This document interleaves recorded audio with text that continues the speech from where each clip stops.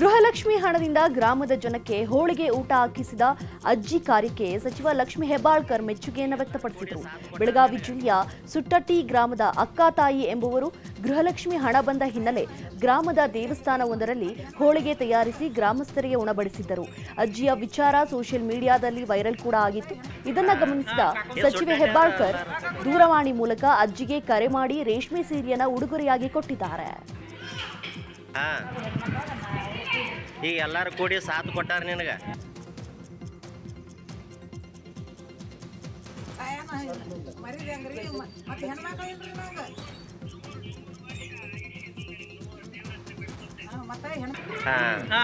ಸುಟ್ಟಾಟ ಎಲ್ಲರೂ ಪೊಲೀಸರ ನಿರ್ಲಕ್ಷ್ಯತನವೇ ತಮ್ಮ ಮನೆಯಲ್ಲಿ ಕಳ್ಳತನವಾಗುವಂತಹ ಕಾರಣ ಅಂತ ಮಾಜಿ ಸಚಿವ ಎನ್ ಮಹೇಶ್ ಆರೋಪಿಸಿದ್ದಾರೆ. ತಾವು ಶಾಸಕರಾಗಿದ್ದಾಗ ನಿತ್ಯ ರಾತ್ರಿ ಗಸ್ತು ಮಾಡುತ್ತಿದ್ದ ಪೊಲೀಸರು ಈಗ ಗಸ್ತು ನಿಲ್ಲಿಸಿದ್ದಾರೆ. ಇದನ್ನ ಅರಿತ ಕಳ್ಳರು ತಮ್ಮ ಮನೆಯ ಬೀಗವನ್ನ ಮುರಿದು ಕಳ್ಳತನ ಮಾಡಿದ್ದಾರೆ. ಕಳೆದ ವರ್ಷವೂ ಸಹ ಕಳ್ಳತನಕ್ಕೆ ಪ್ರಯತ್ನ ನಡೆದಿತ್ತು. ಆದರೂ ಪೊಲೀಸರು ಎಚ್ಚೆತ್ತುಕೊಳ್ಳದೆ ನಿರ್ಲಕ್ಷ್ಯ ವಹಿಸಿರುವ ಕಾರಣದಿಂದ ಈಗ ಕಳ್ಳತನವಾಗಿದೆ ಅಂತ ಕಿಡಿಕಾರಿದ್ರು. ಮೊನ್ನೆ ರಾತ್ರಿ ಕೊಳ್ಳೇಗಾಲದ ಆದರ್ಶ ನಗರದಲ್ಲಿರುವ ಎನ್ ಮಹೇಶ್ರ ಮನೆಯಲ್ಲಿ ಬೀಗ ಮುರಿದಿದ್ದ ಕಳ್ಳರು 50,000 ರೂಪಾಯಿಗೆ ದೋಚಿದ್ರು. ರೂಲ್ಸ್ ಬ್ರೇಕ್ ಮಾಡಿ ಬೈಕ್ ರೈಡಿಂಗ್ ಮಾಡಿದವರಿಗೆ ಗದಗ ಪೊಲೀಸರು ಶಾಕ್ ಕೊಟ್ಟಿದ್ದಾರೆ. ಪೊಲೀಸರ ಭರ್ಜರಿ ಕಾರ್ಯಾಚರಣೆ ನಡೆಸಿ ನಂಬರ್ ಪ್ಲೇಟ್, ಹೆಲ್ಮೆಟ್ ಇಲ್ಲದ ಬೈಕ್ಗಳನ್ನ ಸೀಸ್ ಮಾಡಿದ್ದಾರೆ. ಪೊಲೀಸರಿಗೆ ಎಣ್ಣೆ ಗಿರಾಕಿಗಳು ತಗಲಾಕೊಂಡು ಗೋಳಾಡಿದ್ರು. ಇನ್ನು ಕೆಲವರಿಗೆ ಡ್ರಂಕ್ ಅಂಡ್ ಡ್ರೈವ್ ಕೇಸ್ ಹಾಕಿ ವಾಪಸ್ ಕಳಿಸಲಾಗ್ತಿದೆ. ರಾಯಲ್ ಎನ್ಫೀಲ್ಡ್ ಅಲ್ಲಿ ಬಂದ ಸವಾರ ಟೈಮ್ ವೇಸ್ಟ್ ಮಾಡಬೇಡಿ, ಎಷ್ಟು ದಂಡ ಹಾಕ್ತೀರಿ ಅಂತ ಹೇಳಿದ್ದಾನೆ. ಮೊದಲು ಬೈಕ್ ಬಿಡಿ ಅಂತ ಮಹಿಳಾ PSI ಜೊತೆ ವಾಗ್ವಾದಕ್ಕಿಳಿದಿದ್ದ. ಬೈಕ್ ಸೀಸ್ ಮಾಡಿ ಕೋರ್ಟ್ಗೆ ದಂಡ ಕಟ್ಟುವಂತೆ ರಸೀದಿ ಕೊಟ್ಟು ಕಳಿಸಿದ್ದಾರೆ ಪೊಲೀಸರು.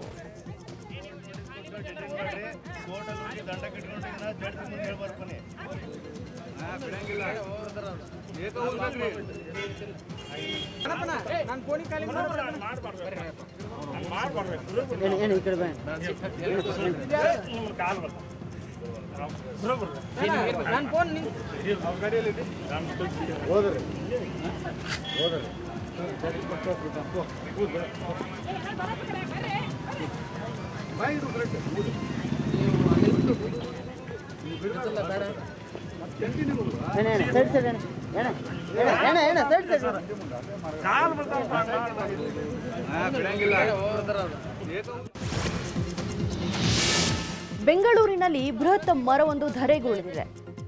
ವೈಯಾಲಿ ಕಾವಲನ್ AN ಬ್ಲಾಕ್ನಲ್ಲಿ 40 ವರ್ಷದ ಹಳೆಯ ಮರ ಏಕಾಏಕಿ ಬಿದ್ದ ಪರಿಣಾಮ ವಾಹನಗಳು ಜಖಂಗೊಂಡಿವೆ.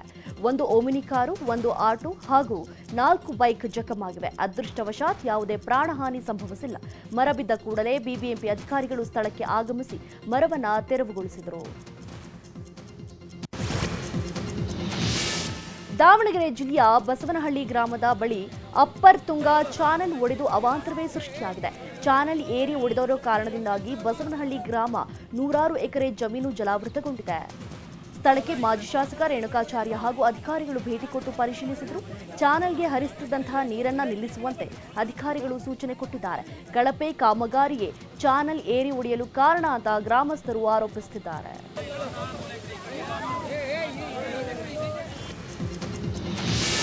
ರಾಮನಗರದ ದೊಡ್ಡ ಗಂಗಾವಾಡಿಯಲ್ಲಿ ಚಿರತೆಗಳು ಪ್ರತ್ಯಕ್ಷವಾಗಿವೆ. ಶಿವಪ್ರಕಾಶ್ ಎಂಬುವರ ಮನೆ ಬಳಿ 2 ಚಿರತೆಗಳು ಕಾಣಿಸಿಕೊಂಡು ಗ್ರಾಮಸ್ಥರಲ್ಲಿ ಆತಂಕ ಸೃಷ್ಟಿಸಿದೆ. ಚಿರತೆಗಳ ಚಲನವಲನ CCTVಯಲ್ಲಿ ಸೆರೆಯಾಗಿದ್ದು ಗ್ರಾಮಸ್ಥರು ಭಯಭೀತರಾಗಿದ್ದಾರೆ. ಗ್ರಾಮಸ್ಥರು ಕೂಡಲೇ ಚಿರತೆ ಸೆರೆ ಹಿಡಿಯುವಂತೆ ಅರಣ್ಯ ಇಲಾಖೆಯ ಅಧಿಕಾರಿಗಳಲ್ಲಿ ಮನವಿ ಮಾಡಿಕೊಂಡಿದ್ದಾರೆ.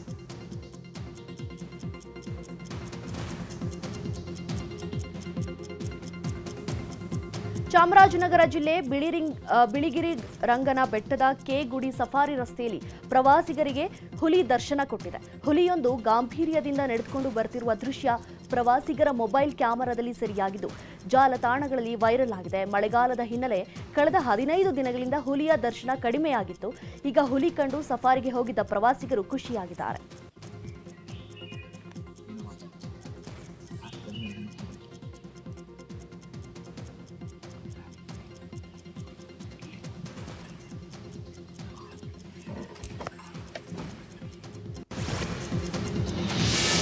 ಕೊಪ್ಪಳ ಕೊಪ್ಪಳದ ಲಿಂಗದಳ್ಳಿಯಲ್ಲಿ ಯುವ ಸಮುದಾಯ ಕೆಸರುಗದ್ದೆಯಲ್ಲಿ ಆಟವಾಡಿ ಸಂಭ್ರಮಿಸಿದರು. ಕಬಡ್ಡಿ, ಹಗ್ಗ ಜಗ್ಗಾಟ, ರನ್ನಿಂಗ್, ಮಡಿಕೆ ಹೊಡೆಯುವ ಸ್ಪರ್ಧೆ ನಡೆಯಿತು.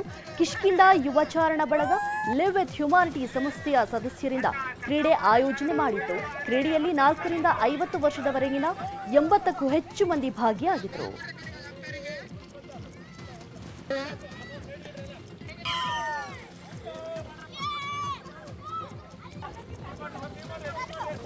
ಕೊಪ್ಪಳದ ಬೆಟ್ಟದಲ್ಲಿರುವ ಮಲ್ಲೇಶ್ವರ ರಥೋತ್ಸವ ಅದ್ದೂರಿಯಾಗಿ ನಡೆಯಿತು. ಕೊಪ್ಪಳ ಗವಿಸಿದ್ದೇಶ್ವರ ಸ್ವಾಮಿಗಳು ರಥೋತ್ಸವಕ್ಕೆ ಚಾಲನೆ ಕೊಟ್ಟರು. ರಥೋತ್ಸವದಲ್ಲಿ ಕೊಪ್ಪಳ ಹಾಗೂ ಸುತ್ತಲಿನ ಗ್ರಾಮಸ್ಥರು ಜಾತ್ರೆಯಲ್ಲಿ ಭಾಗಿಯಾಗಿದ್ದರು. ತೇರಿಗೆ ಉತ್ತತ್ತಿ ಎಸೆದು ಭಕ್ತರು ಭಕ್ತಿ ಸಮರ್ಪಿಸಿದರು.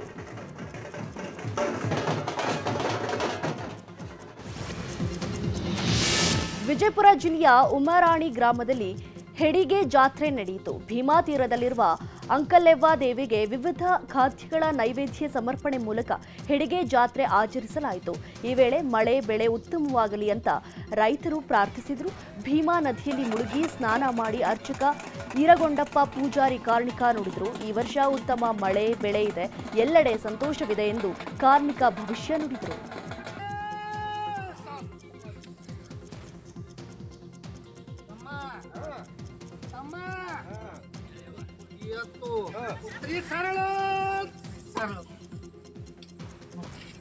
ವಿಜಯಪುರ ಜಿಲ್ಲೆಯ ಬಸವನ ಬಾಗೇವಾಡಿಯಲ್ಲಿ ಮೂಲನಂದೀಶ್ವರ ಜಾತ್ರೆ ಅಂಗವಾಗಿ ದಾಸೋಹದ ರೊಟ್ಟಿಗಳನ್ನು ದೇವಸ್ಥಾನಕ್ಕೆ ತರಲಾಯಿತು.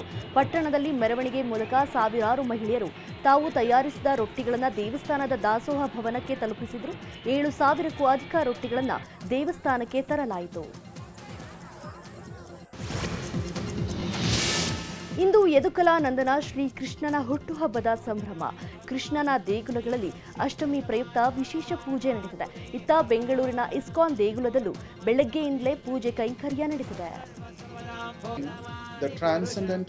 ಇನ್ನು ದೆಹಲಿಯಲ್ಲೂ ಕೂಡ ಕೃಷ್ಣ ಜನ್ಮಾಷ್ಟಮಿ ಸಂಭ್ರಮ ಮನೆ ಮಾಡಿದೆ. ದೆಹಲಿಯ ಲಕ್ಷ್ಮೀನಾರಾಯಣ ದೇಗುಲ ಹಾಗೂ ಇಸ್ಕಾನ್ ದೇಗುಲಗಳಲ್ಲಿ ಶ್ರೀಕೃಷ್ಣನಿಗೆ ಬೆಳಗ್ಗೆಯಿಂದಲೇ ಪೂಜೆ ನಡೆದಿದೆ. ಇನ್ನು ಹಿಮಾಚಲ ಪ್ರದೇಶದ ಕುಲು ಮನಾಲಿಯಲ್ಲೂ ಕೂಡ ಕೃಷ್ಣನ ಹಬ್ಬದ ಸಂಭ್ರಮ ಮನೆ ಮಾಡಿದೆ.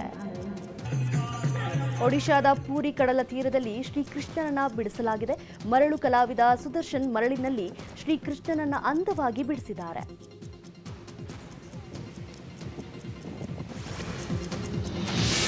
ಪ್ಯಾರಿಸ್ನಲ್ಲಿ ಆಗಸ್ಟ್ 28ರಿಂದ ಪ್ಯಾರಾ ಒಲಿಂಪಿಕ್ಸ್ ಆರಂಭವಾಗಲಿದೆ. ಭಾರತದ ಅಥ್ಲೆಟ್ಗಳು ಚಿನ್ನ ಗೆಲ್ಲುವ ಭರವಸೆ ಮೂಡಿಸಿದ್ದಾರೆ. ಈ ಬಾರಿಯ ಪ್ಯಾರಾ ಒಲಿಂಪಿಕ್ಸ್ನಲ್ಲಿ 207 ದೇಶಗಳಿಂದ ಸುಮಾರು 4,400 ಅಥ್ಲೆಟ್ಗಳು ಭಾಗವಹಿಸಲಿದ್ದು ವಿವಿಧ ಕ್ರೀಡೆಗಳಲ್ಲಿ 549 ಚಿನ್ನದ ಪದಕಗಳನ್ನು ವಿತರಿಸಲಾಗುತ್ತೆ.